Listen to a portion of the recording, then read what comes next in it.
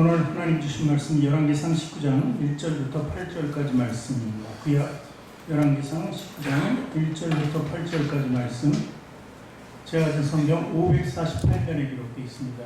548쪽에 기록되어 있는 열왕기상 19장 1절부터 8절까지 말씀.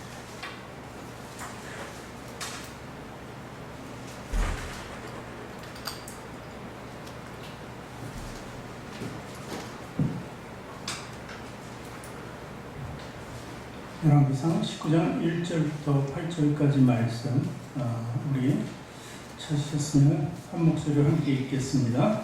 아합이 엘리야의 무릇 행한 일과 그가 어떻게 모든 선지자를 칼로 죽인 것을 이세벨에게 말하니, 이세벨이 사자를 엘리야에게 보내어 이르되, 내가 내일 이맘때에는 정녕 내 생명으로 저 사람들 중 한 사람의 생명 같게 하리라. 아니하면 신들이 내게 벌 위에 벌을 내림이 마땅하니라 한지라.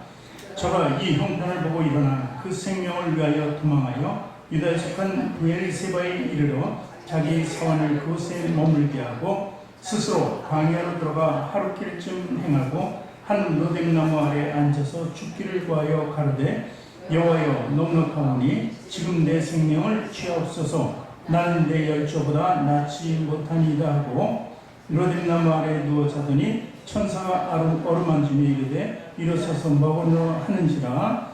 본즉 머리맡에 숯불에 구운 떡과 한 병 물이 있더라. 이에 먹고 마시고 다시 누웠더니 여호와의 사자가 또 다시 와서 어루만지며 이르되, 일어나서 먹으라. 내가 길을 이기지 못할까 하노라 하는지라. 이에 일어나 먹고 마시고 그 식물의 힘을 의지하여 40주 40야를 행하여 하나님의 산 호렙에 이르니라. 아멘. 두 손을 가슴에 얹고 저를 따라 고백하시기 바랍니다. 하나님께서는 나를 사랑하신다. 하나님께서는 나를 존귀하게 여기신다. 하나님께서는 나를 축복하신다. 하나님께서는 내 문제를 해결해 주신다. 믿음의 고백이 되셨습니까? 아멘. 앞뒤 전후 좌우에 계신 분들하고 인사합니다. 당신을 사랑하고 축복합니다. 사랑하고 축복합니다. 사랑하고 축복합니다. 사랑하고 축복합니다.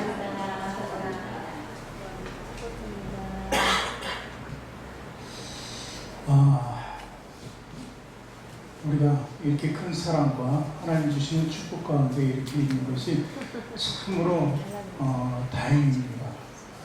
왜냐하면 지금 대한민국에 어쩌면 축복의 땅으로 예전에 일제하의 침략 그리고 6.25 전쟁을 통해서 정말 폐허했던 그런 나라였습니다. 그런데 우리나라가 잘 살게 되었죠. 선진국 대열에 섰다고도 하고, 그래서 우리나라는 이처럼 모든 것을 누릴 수 있는, 우리나라에 있는 것이 전 세계에 없는 것이 없습니다. 그 정도로 이제 다 있기만 하면 다 갖출 수 있는 그런 시대, 그런 환경에서 살고 있습니다. 그런데 너무나 교만했을까? 지금 굉장히 여러 가지로 어려운 지경에 처해 있습니다. 나라가. 어떻게 보면 그렇죠. 우리 영적인 삶을 사는 사람들에게 가장 두려운 존재가 사단입니다. 그래서 사단이 항상 우겨싸움을, 우리를 항상 에워싸고 있는 거예요. 우리가 영적으로 약해지면 그래서 사단에게 무너질 수밖에 없는 거죠. 근데 우리가 하늘이 주 안에서 모든 것을 지키니까 아무리 에워싸도 저들이 공격할 수도 없고 이길 수도 없습니다. 근데 마치 우리나라 지금 대한민국의 현실이 지금 사방에 우겨싸움을 당하고 있다, 이렇게 봐도 과언이 아닙니다.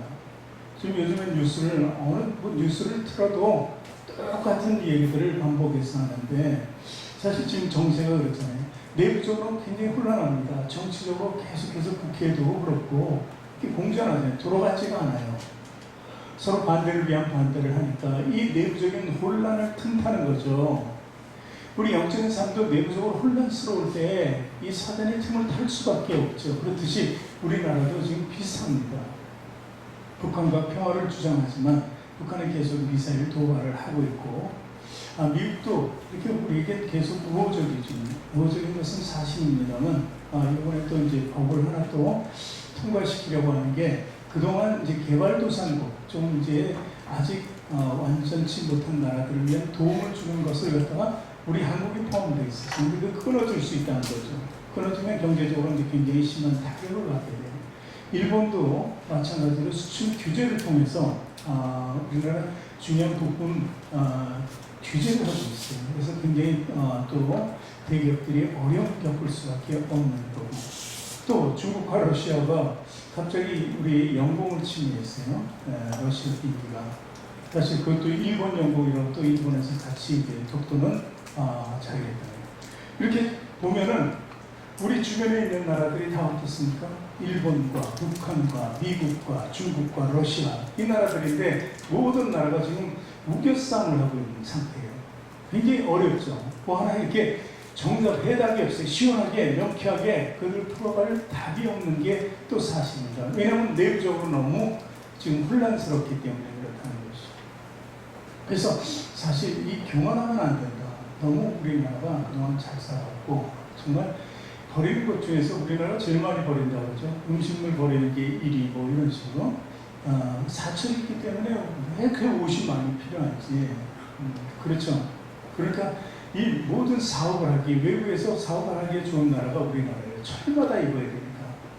뭐 미국은 워낙 광활한 땅이니까, 제가 미국에 이제 LA 살고 왔잖아요. LA에서 목회를 했고, LA에서는요, 옷이 그렇게 많이 필요 없어요. 저는 반바지 한 벌 있으면은 그거 가지고 빨면 금방 말리거든요. 그래서 그걸 가지고 계속 입으면 돼요. 평상시에는.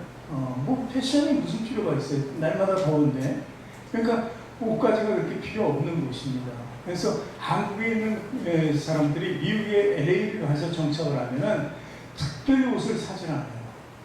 그래가지고 오랫동안 그 옷만 입고 다니고, 새로운 옷 산다 그러면 한 돈 많은짜리 뭐 1불, 2불 뭐 이런 시작해서 한 10불 내외에 사서 그냥 반바지나 걸치는 그냥 위에 그런 것 정도만 입어요. 굉장히 싼 거죠. 근데 그 사람들을 보면은 이제 교회 나올 때 보면은 이 사람이 언제 미국에 왔는지 알게 됩니다. 그러니까 좋은 옷들은 어디서 산 거예요? 다 한국에서 산 거예요. 그러니까 70년대에 들어온 사람은 70년대 그 양복 그 스타일, 80년대, 90년대 어쩌면 그렇게 그 옷을 버리지 않고 그대로 입고 나오는지. 왜? 별로 입을 일이 없으니까. 그러니까 그걸 버릴 수도 없고, 그러니까 그 시대에 들어왔구나 하는 것을 알 수 있을 정도로 그럴 필요가 없습니다. 근데 우리나라는 어떻습니까? 해마다 달라집니다.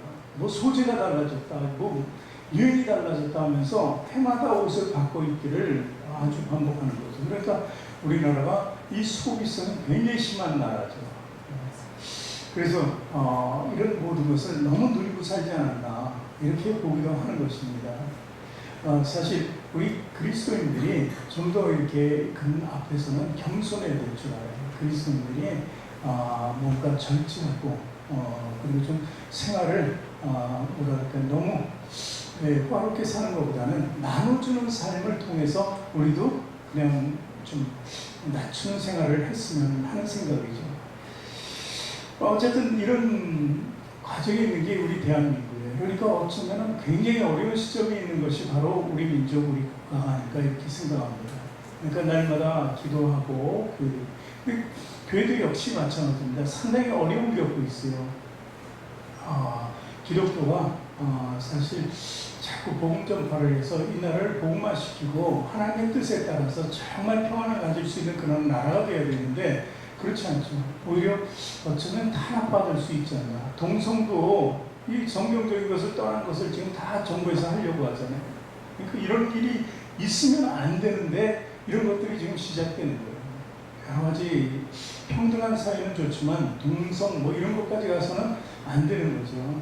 그래서 이런 모든 것들이 우리들의 숙제인데 우리가 숙제를 하지 않는 거예요. 숙제하지 않고 학교만 다니니까 문제가 계속 생기는 거예요. 숙제는 뭐예요? 기도의 숙제, 찬양의 숙제, 말씀의 숙제를 계속해서 잘하면은 우리를 통해서 하나님이 역사하실 텐데 우리가 너무 게으르고 태만하지 않았나 이렇게 보는 것입니다. 오늘 말씀의 주인공이 엘리야입니다. 엘리야는 이 성경의 역사에서 모세와 엘리야 이 두 사람은 예수님과 견줄 정도로 굉장히 큰 선지자입니다. 그 선지자 중에 한 사람입니다. 엘리야도 그렇게 큰 선지자였지만 그렇게 된 이유는 엄청난 고난이 있었기 때문에 그래요. 모세도 마찬가지입니다. 광야 40년 고난이 있었어요. 그에도 계속되는 주어진 고난이 있었기 때문에 그들을 하나님께서 사용하시고 그들을 민족의 민족을 일으킬 수 있는 장본인으로 만든 거죠. 뭐 사무엘도 있고 여러 가지 선지자들이 많지만 어쨌든 그 엘리야 선지자의 그 고난의 모습, 고통의 모습을 우리가 오늘 쭉 읽으면서 볼 수 있었습니다. 그리고 이제 여제 엘리야의 시대성을 보면은 이스라엘이 가장 타락했을 때요. 이스라엘과 유다가 있었는데 하나를 만들어서 유대인이라고 그러죠. 유대민족에게서는 가장 악한 정치 시대에 엘리야가 활동하는 것입니다. 당시 왕은 아합왕이었습니다. 아합왕은 자기가 가지고 싶은 거는 죽이고 뺏는 사람이에요. 포도원을 가진 사람이 포도원 기름진 게 있었어요.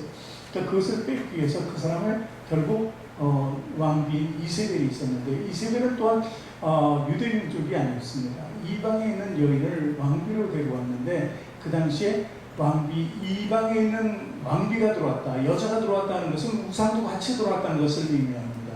솔로몬 시대도 솔로몬 그 왕조가 무너질 수밖에 없는 이 지금 아합의 시대, 엘리야의 시대가 이렇게 될 수밖에 없었던 것은 솔로몬이 이방 여인을 자꾸 데리고 와서 그들의 섬기는 우상들을 인정했기 때문이죠.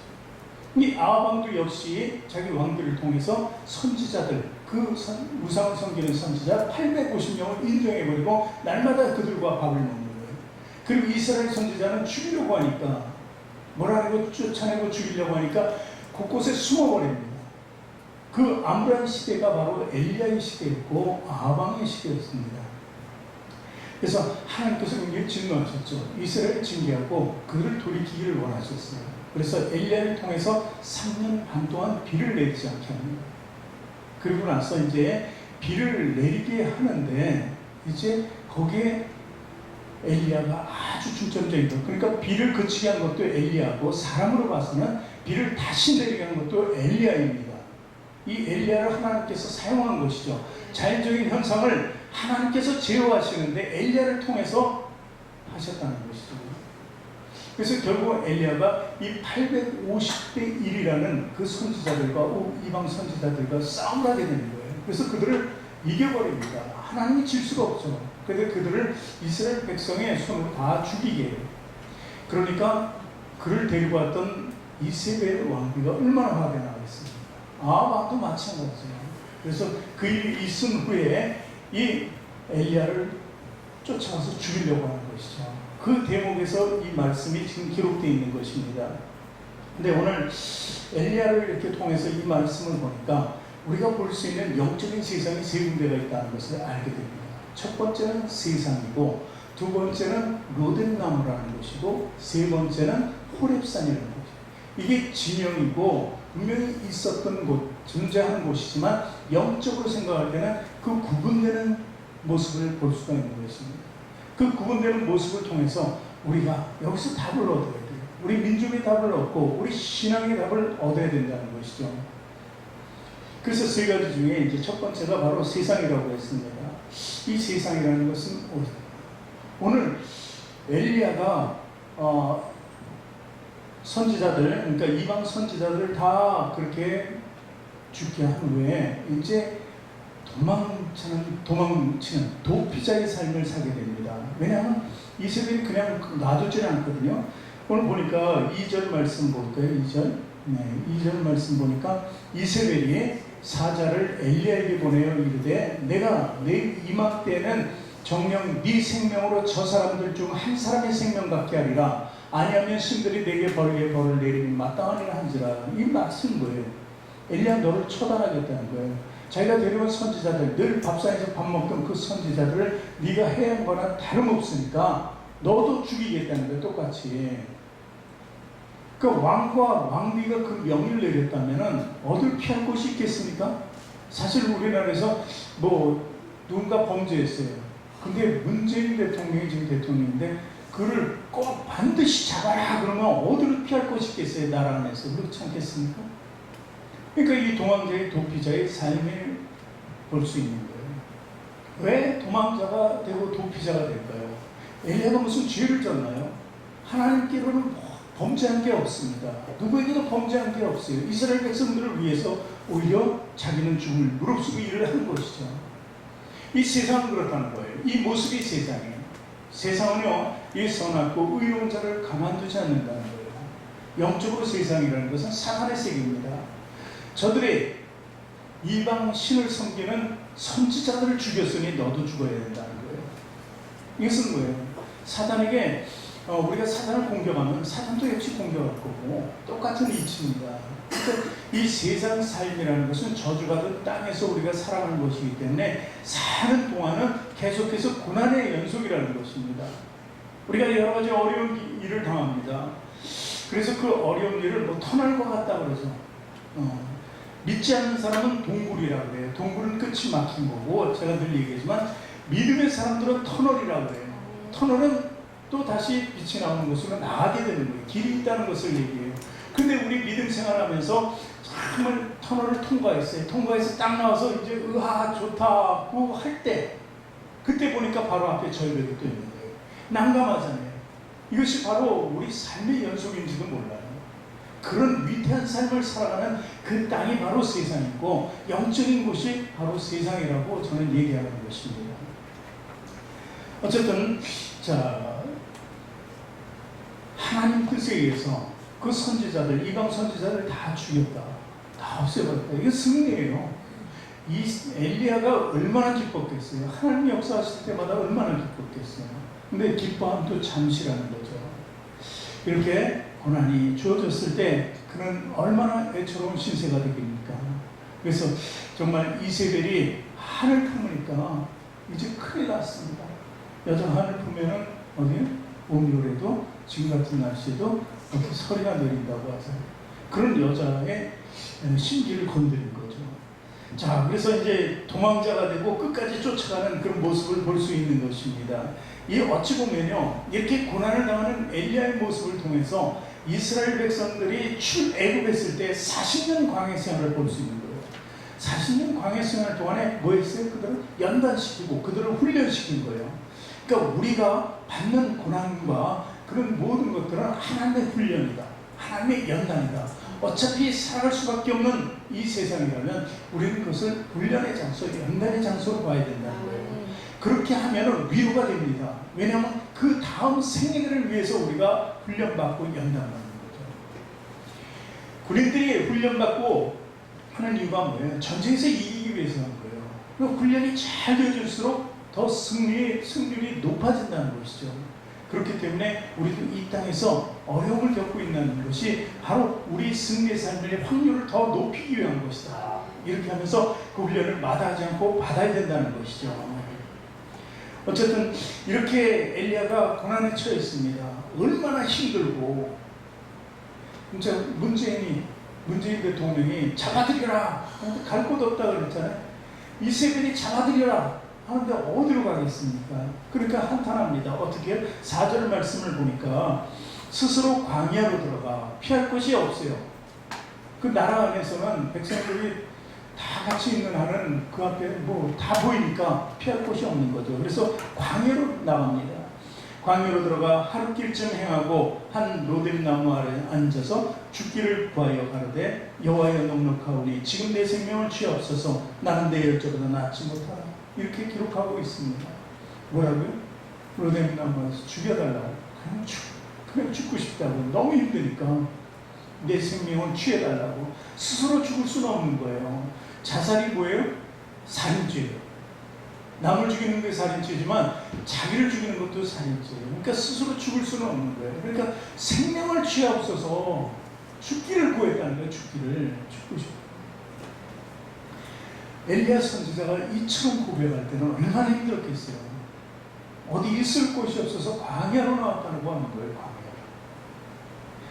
그래서 광야의 로뎀 나무 아래에 있었다고 이렇게 얘기합니다. 어쨌든 우리 삶에도 무슨 살아가면서 여러 가지 기쁨이 주어질 수 있지만 그것은 잠시라는 거예요. 승리도 잠시라는 거예요. 우리는 어차피 고난 속에 살 수밖에 없다는 것입니다. 그 엘리야가 하나님께 가라는 거예요. 하나님과 어쩌면 논쟁을 벌일지도 몰라요. 내가 하나님 위해서 죽기로 일했는데 정말 죽게 되었습니다 하는 고백이나 다름없다는 거예요. 욥도 사실은 자기 재산이나 자기 자녀들의 모든 것을 잃었을 때 주신 분도 하나님이고 가져가신 분도 하나님이라고 고백했다. 나는 그냥 알몸으로 태어나서 그냥 알몸으로 죽을 수밖에 없는 그런 처지다. 그러니 뭐 내가 하나님을 왜 원망하냐 이렇게 고백했지만 쭉 읽다 보면 여기 한마디 하나님께 드리는 말씀이 있어요. 자, 욥기 10장 1절 2절을 봅니다. 내 영혼이 살기에 곤비하니 내 원통함을 발설하고 내 마음에 괴로운 대로 말하리라. 영혼이 너무 살기 힘들다는 거예요. 다 잃어버리고 그리고 몸에는 그냥 병이 나가지고 정말 가려워서 막 긁고 이게 뭐 만신창이가 된 거잖아요. 병까지 들었으니까. 그러니 내가 곤비해 살기에 곤비하다.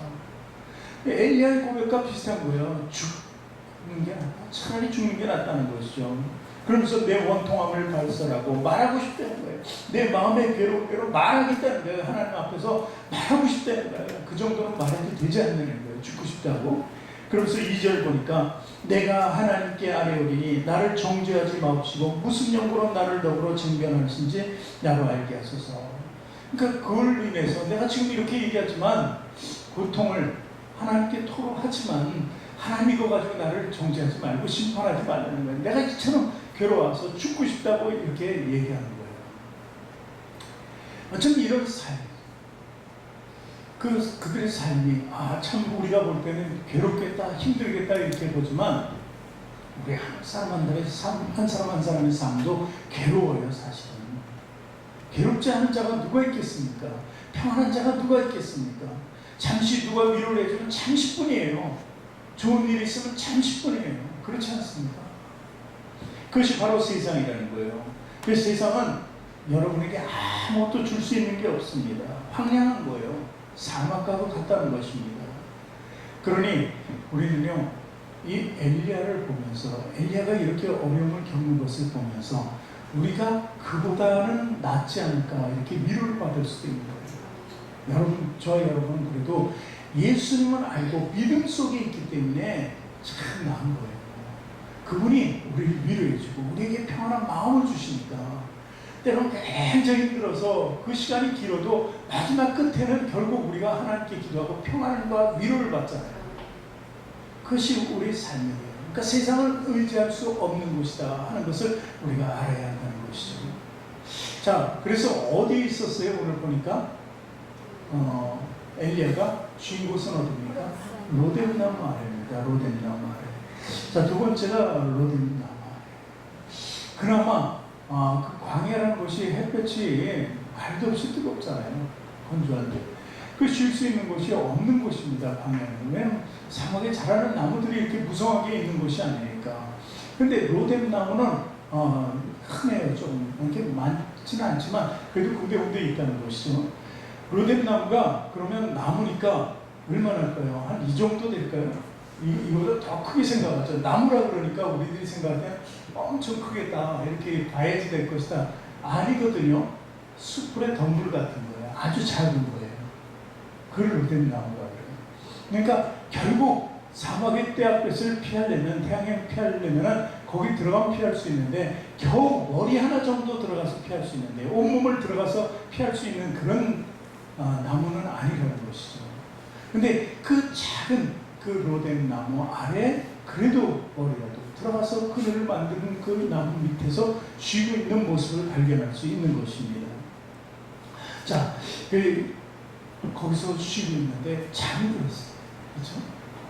그러니까 얼마나 힘들고 고된 자기의 행로였겠어요. 그러니까 그 로뎀나무라는 크지도 않은 나무 아래서 뭐 호텔도 아니고 모텔도 아닌 그런 아주 흥량한 곳에서 그나마 휴식을 취하고 잠이 들 수 있는 아주 작은 곳이 있었다는 것입니다. 그것이 바로 오늘 5절 6절 말씀에 이제 그 뒷받침해 줍니다. 같이 읽어볼까요? 5절 6절. 로뎀나무 아래에 누워 자더니 천사가 어루만지게 이르되 일어나서 먹으라 하는지라. 6절을 보니까 6절은 뭐냐? 자, 5절 보고 일단 누워 잤다고 했습니다. 근데 누가 만졌다고요? 어루만지는 천사라는 것입니다. 일어나 먹으라. 뭔가 먹을 것을 준비한 천사가 있었다는 것을 얘기합니다. 자, 로뎀 나무가 자기 쉼을 가질 수 있는 곳이 되어버렸어요. 갑자기 그 황량한 곳에서. 자, 그러면은 이 엘리야는 누구의 선지자예요? 하나님의 선지자네. 하나님의 일을 하고 있었어요. 그런데 자기가 굉장히 위협을 느끼고 있습니다. 그럼 하나님과 그 위협 사이에 로뎀 나무가 있었다는 것을 얘기합니다. 그러니까 하나님과 이 세상 사이에 우리를 구원해 줄 수 있는, 엘리야를 위로해 주고 구원해 줄 수 있는 그 고리가 있었다는 것을 얘기합니다. 그 고리가 바로 로뎀 나무였다. 그곳에 이르러서야 쉼을 얻고 그래도 잠이 들었다. 그러니까 연결시킬 수 있는 고리가 바로 로뎀 나무였다 하는 것이죠. 그런 위기 상황에서 위기를 돌파할 수 있는 어느 연결점이 있었는데 그 점이 바로 전환점이 되는 것이 바로 로뎀 나무였다 하는 것이죠. 여러분, 여기서 그러면 우리는 알았잖아요. 로뎀 나무는 과연 무엇을 상징하는 거예요? 바로 십자가를 상징하는 거예요. 예수 그리스도를 상징하는 거예요.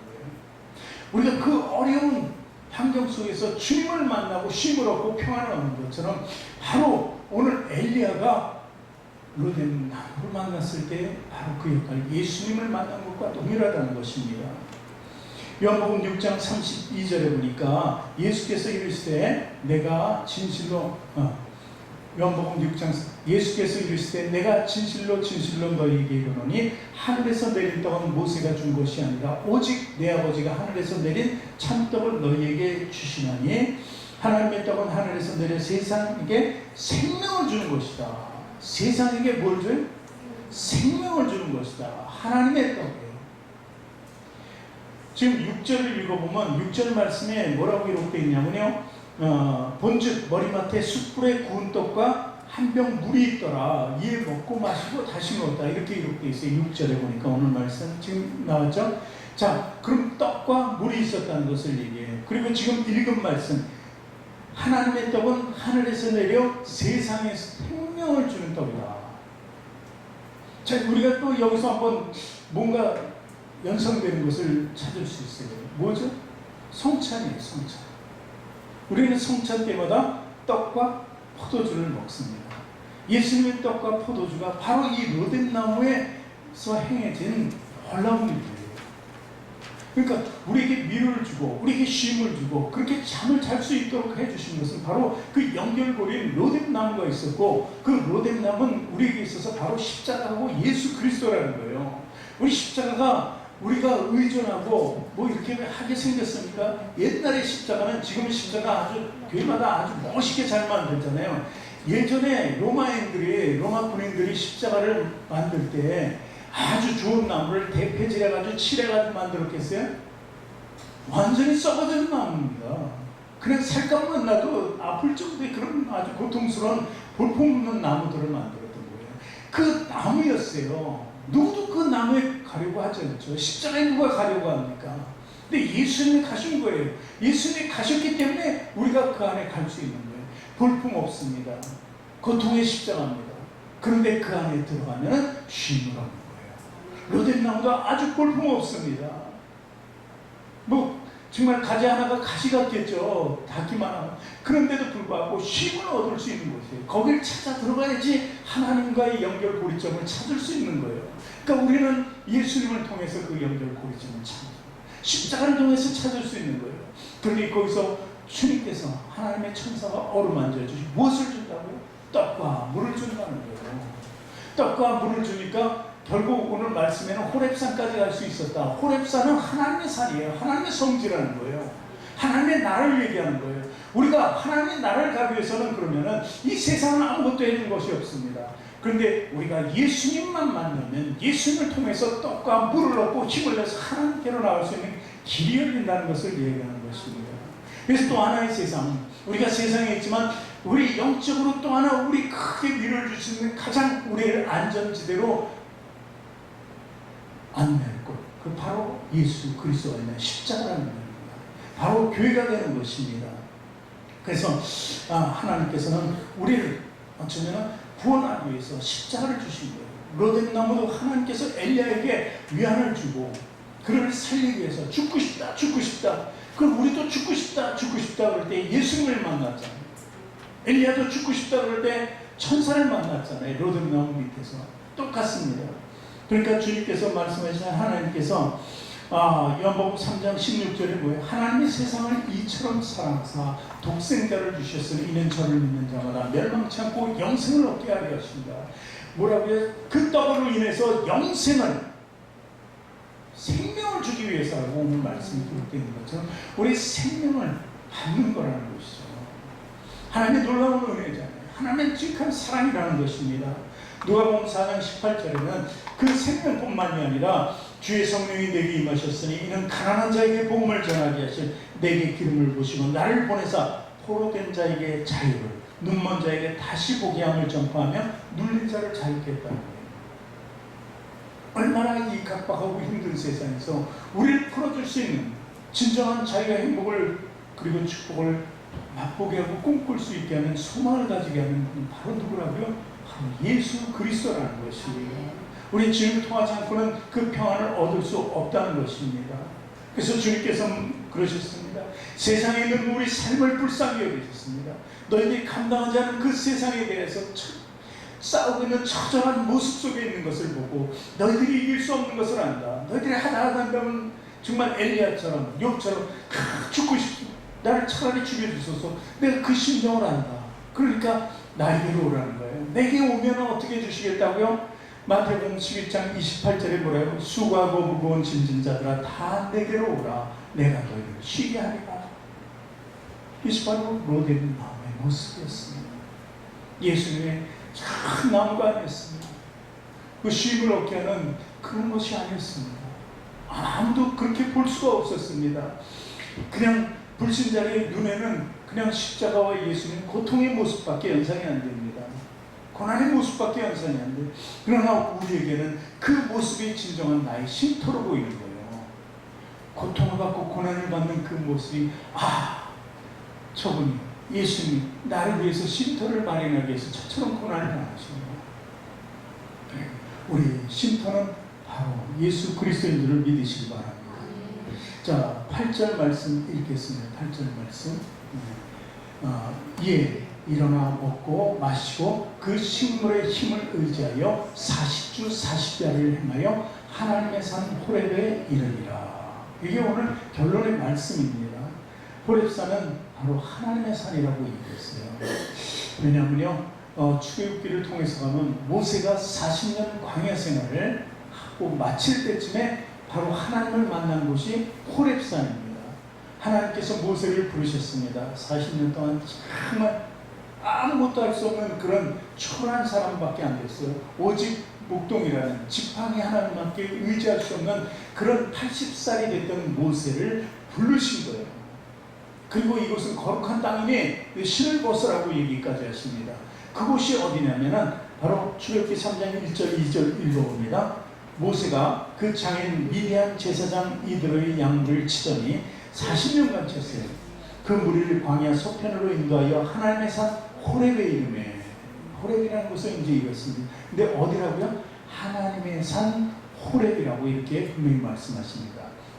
근데 거기 보니까 여호와의 사자가 떨기나무 불꽃 가운데서 그에게 나타나시니라. 그가 보니 떨기나무에 불이 붙었으나 사라지지 않으는지라. 이 호렙산이에요. 여기가 하나님의 산이에요. 그러니까 엘리야를 죽이지는 않아요. 엘리야는 어떻게 해요? 결론 살아서 그대로 하나님 나라에 간 사람 중에 두 번째, 두 사람밖에 없었어요. 근데 두 번째가 바로 엘리야였어요. 죽기를 그토록 죽여달라고 그랬는데 하나님이 이 땅에서 안 죽이 그냥 데리고 와버렸어요. 정말 이런 믿음이 있어야 될 거 아니에요. 첫 번째는 에녹이었지만 에녹에 대해서는 자세한 기록은 없어요. 그러나 동행하면서 하늘나라에 갔어요. 근데 에녹도 대단했던 사람인 것을 짐작할 수 있죠. 엘리야를 통해서. 그런 엘리야예요. 그러니 엘리야가 호렙산에 갔다는 그 의미는 바로 하나님께서 직접 부르셨다는 것을 얘기합니다. 오늘 모세가 호렙산에서 하나님을 본 것처럼 말이죠. 우리도 마찬가지입니다. 우리 고난 끝에 그 믿음이 있으면 언젠가 하나님께서 우리를 부르시기 위해서 우리를 늘 지켜보신다는 것을 알아야 돼요. 우리 어려움과 위기 속에서도 하나님께서 우리를 항상 불꽃 같은 눈동자로 지켜보신다는 것을 알아요. 그 광야 속에 그 로뎀 나무 안에 들어가서 그 쉼을 받지도 못할 그런 작은 나무 안에 있을 때 하나님 보셨어요? 못 보셨어요? 보셨으니까 천사가 내려온 거예요. 어디에 가든, 광야를 가든, 세상에 있든, 어디에 숨어 있든, 어디를 피해 있든 하나님께서는 다 아신다는 거예요. 그분이 우리 함께 하시는 걸 믿으시기 바랍니다. 그래서 40주 40야라고 그랬잖아요. 이 40주 40야면 굉장히 긴 거잖아요. 41이에요. 41. 그야말로 낮과 밤 40번이 바뀌었으니까 이 40이라면 금방 생각나는 게 뭐 있어요? 예수님이 성령님께 이끌려서 우리에게 완전 이적을, 모든 인간들에게, 사람들에게 이적을 베푸시기 위해서 간 장소가 광야예요. 거기서 40일 금식하면서 있어요. 이 40주 40야는 뭔가 큰 성취, 이것을 얘기하는 거예요. 그 성취라는 게 뭐예요? 우리가 바로 성취해야 될 건 뭐예요? 천국이에요. 하나님이 일을 하시는 예수님도 41을 통해서 이루어졌어요. 오늘 이 40주 40야를 갔던 엘리야도 마찬가지예요. 결국 하나님께로 가는 길이 40일 동안, 모세가 40년, 그리고 이스라엘 백성이 가나안 땅에 들어가기까지 몇 년이요? 40년. 이렇게 40의 의미를 두고 있는 거예요. 그래서 우리 삶도 마찬가지예요. 정말 하나님께 가기로 원하면은 이 40주 40야라는 그런 가운데 우리가 있다면은 정말 하나님께 믿음을 잃지 않고 항상 그분만을 보며 나가야 된다는 것이죠. 우리가 가다가 그런 게 있어요. 하루를 40일 작정 기도하잖아요. 하루를 쉬면 이틀을 더블을 해야 된대. 이제 그게 이제 대충 이제 목사님들의 상식인데, 그러니까 뭐 단일 기도를 21일 해도 마찬가지고 하루를 빼먹은 자중에 이틀을 더 한다. 이게 무슨 벌처럼 된 것 같은데, 그러면 우리가 40일을 이렇게 반드시 주파해야지 하늘나라에 갈 수 있고 뭔가 뜻을 이룰 수 있는데 40일에다가 39일 하면 41일을 더해야 돼. 근데 이게 점점 더 끊어지면은 이건 뭐 나를 계산할 수도 없죠. 그러니까 40일 기도 이런 게 굉장히 어려운 거죠. 근데 하나님께서 40일 기도를 받도록 하기 위해서는 그 40일이 전심이 돼야 돼요. 근데 전심이 되지 않는 경우가 많아요. 왜? 그래서 하나님께서 뭐라 그래요? 우리를 통해서 복음서에는 중언부언 하지 말라. 40일 동안 똑같은 가지고 중언부언하면 그 40일이 안 되는 거죠. 그러니까 예수님께서는 말씀하십니다. 하나님도 말씀하세요. 뭐라고요? 금식해서 드려야 되면 표내지 말라. 절대 다른 사람이 알도록 하지 말라는 거죠. 네. 그 정도로 기도는 하나님과 굉장히 밀접한 게 있다. 내가 기도하고 있다. 40일 오늘 한다. 20일을 작정했다. 뭐 이런 얘기 하는 그 자체가 기도의 어떤 끈을 놓치는 것밖에 되지 않는다. 이렇게 볼 수도 있는 거죠. 물론 그것을 정확하게 제가 뭐 이거다 저거다 할 수는 없지만 어쨌든 우리는 이 40일에 대해서 하나님 나라에 가는 그 기간이 바로 우리 인생의 길이다. 40년 광야는 40일 광야는 바로 우리가 죽음을 향해서 가는 그 모든 나머지 기간, 그리고 예수님을 만나서 마지막 우리가 영화의 단계 천국에 들어갈 때까지가 40일이다. 이 정도는 알고 있어요. 그 40일이 나의 믿음 생활에 전부된 기간이라는 거예요. 그러니까 40주 40야를 정말 쉬지 않고 하나님만 바라보며 나왔던 엘리야, 그가 있었으니 그는 죽지 않고 하늘에 올려졌지 않았나, 이렇게 보는 것입니다. 어쨌든 마태복음 28장 20절에 예수님의 마지막 당부 말씀이 기억납니다. 같이 읽어볼까요? 내가 너희에게 분부한 모든 것을 가르쳐 지키게 하라. 볼지어다 내가 세상 끝날까지 너희와 항상 함께 있으리라 하시며, 분부한 모든 것을 지키라는 거예요.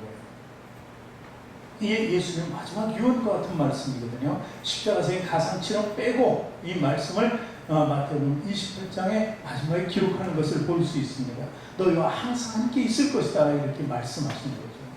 그래서 바로 우리는 하나님과 연결고리인 예수님이라는 것을 분명히 알아야 되는 것입니다. 그러니까 우리가 살면서 실패할 수도 있고 낙심할 수도 있어요. 때로는 인간이기 때문에 포기할 수도 있고 절망할 수도 있어요. 그러나 그 자리에서 그 실패의 자리, 낙심의 자리, 포기의 자리, 절망의 자리에 있지 말고 어디로 가야 돼? 우리 자리를 로뎀나무 아래로 옮겨야 돼요. 거기 가면 쉼을 얻고 잘 수도 있고, 그리고 천사를 통해서 주시는 음식도 먹을 수 있어요. 하나님을 통해서, 그 예수님을 통해서 우리는 그 예수님의 살과 피를 대할 수 있는 것입니다. 그분의 능력이 있을 때 우리는 40주 40이 아니라 인생 모든 것을 다 주님 뜻에 맡기며 살아가면서 승리할 수 있다는 것을 얘기합니다. 그러니까 이런 믿음의 길이 퇴로가 없는 그런 자, 그 삶과 완전히 달라요. 이제 다시는 뒤로 돌아가는 퇴로를 생각하지 말자. 우리 삶을 이끌어가는 분, 그분과 함께 앞으로 나가야 된다는 것입니다. 로뎀나 마을에서 엘리야가 하나님께 매달렸습니다. 죽기를 아주 마지막으로 죽기를 각오하고 말씀을 드린 것입니다. 우리 성수기의 성도 여러분들도 죽기를 각오하고 믿음을 취하기 바랍니다. 그 믿음의 생활이 여러분들 결국 승리를 이끌어갑니다. 그 승리를 이끌어가는 삶에 바로 축복이 계속 놓여져 있는 거예요. 축복을 던져주시는 거예요. 하나님께서 던져주시는데 우리가 그것을 자꾸 마다하고 있어요. 자꾸 피해가는 거예요. 고난 뒤에 축복이 있다고 그랬죠. 고난 뒤에 영광, 고난 보면 돌아가요. 또 고난 보면 돌아가요. 그럼 축복은 언제 받냐고요. 그 영광을 언제 우리가 만들 수 있냐고요. 다 피하다가 결국 천국에 갔다 온 부끄러운 구원이라고 해요. 그 부끄러운 구원. 그러나 우리 고난 뒤에 축복도 먹고 무슨 게임 할 때 그러잖아요. 어려움을 통과하면 무슨 뭐 주더라고요. 그렇듯이 어린아이들 게임처럼 다 그건 넘어가서 먹어야 돼요. 그거 하나 먹으려고 애들 하는데 막 죽기 전에 막 치면서 손가락을 가지고 그러는 거예요. 죽으면 또 다시 도전하고 죽으면 또 다시 도전하고 게임이 이게 중독성이잖아요. 우리는 하나님을 두고 그러잖아요. 고난을 계속 이겨나가요. 실패한 것 같아 또 가서 부딪히면 넘어가는 거예요. 넘어져서 그 축복을 취하는 거죠. 그 삶이 처음에는 굉장히 어렵고 힘들어도 한 번, 두 번 하면 너무 쉽고 재밌는 거예요. 그래, 아이들이 그래요. 게임할 때 처음에는 어려운데 나중에 하면 너무 재밌는 거예요. 끝까지 가보자 갈 때까지 그러니까 중독돼서 그걸 놓지 못하는데 우리도 그렇게 축복에 중독이 돼야 되는 거예요. 왜 고난, 그래. 지금 실패, 두 번 실패, 세 번 실패. 그래도 이길 수 있어. 그건 나중에 봤잖아요. 그 삶. 근데 그렇게 잘해버리면 나중에 막을 자가 없어요. 고난 있는 게 막을 게 없어요. 그러니까 그 축복 가운데 그냥 가는 거죠. 그것이 하나님께서 예수님께서 말씀하신 게 좁은 길로 가는 거예요. 좁은 길. 그거에 협착하고 너희는 고난의 길 같지만 그것이 축복의 길이라는 것이죠. 그래서 우리 정말 우리가 훌륭한 예배자가 된다는 것은 하나님께 이 모든 것을 맡기는 거예요. 그래서 하나님만 그 완전하신 하나님께 나가는 거예요.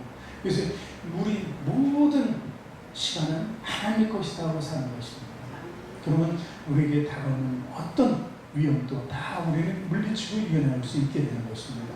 왜냐하면 하나님이 저와 여러분을 늘 지켜보고 계시기 때문입니다. 하나님과 동행하는 저와 여러분에게 주님의 이름으로 축원합니다.